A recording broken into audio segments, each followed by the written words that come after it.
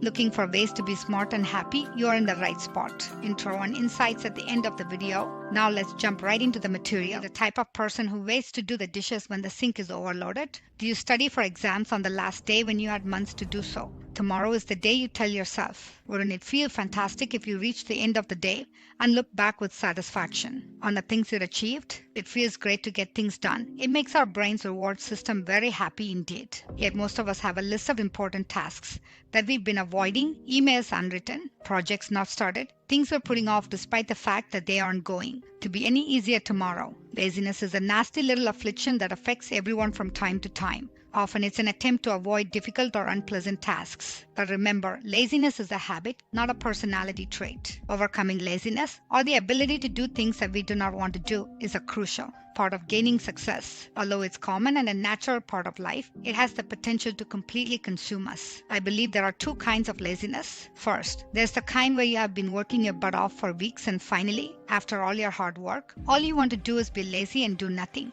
But then there's the kind of laziness where you struggle to find motivation. Every time you think of something you would like to do or achieve, you cannot find the energy or drive to work toward it. This is the kind of laziness that I am talking about. But how do you overcome it? Often our grand plans don't work out because they seem overwhelming. That's why one of the hardest things is to simply get started. Ironically, once you start tackling your plans, it will all feel less difficult and overwhelming, and you'll likely feel a lot less tense. So instead of stressing about your lazy nature, commit to taking baby steps. What's the smallest possible action you could take toward your goal? For example, you could go out running for only 3 minutes, do the dishes for 5 minutes, write on that report you've been procrastinating on for 10 minutes. I use this habit almost every day in some way. I set an alarm for 20 minutes and then see how much I can get done in that time. Usually, it gets me motivated to keep going after the timer goes off, but if it doesn't, at least I did something. Some people like to set the alarm for 5 minutes, 10, or 30, but the basic principle remains the same. So the toughest part about doing anything is simply getting up and doing it. But once you're 5 minutes into any project, you will likely find your motivation.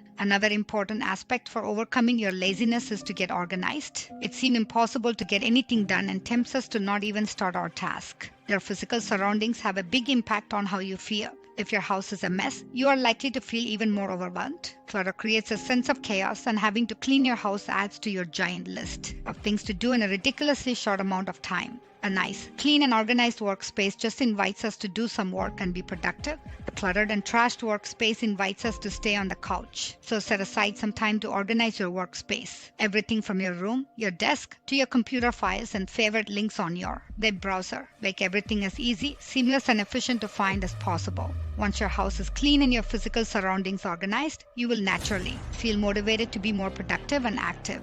After that, you'll hopefully tackle other areas of your life that you've been neglecting. Still feeling lazy? Maybe it's time to get an accountability partner. Peer pressure can be highly effective to get you off the couch. When you need motivation to take action, it's great to have somebody to hold you accountable, to go through with it. There's nothing wrong with asking for help from a more motivated coworker, friend, or a family member. This is a useful way to get you up and moving because they will motivate you to do the work.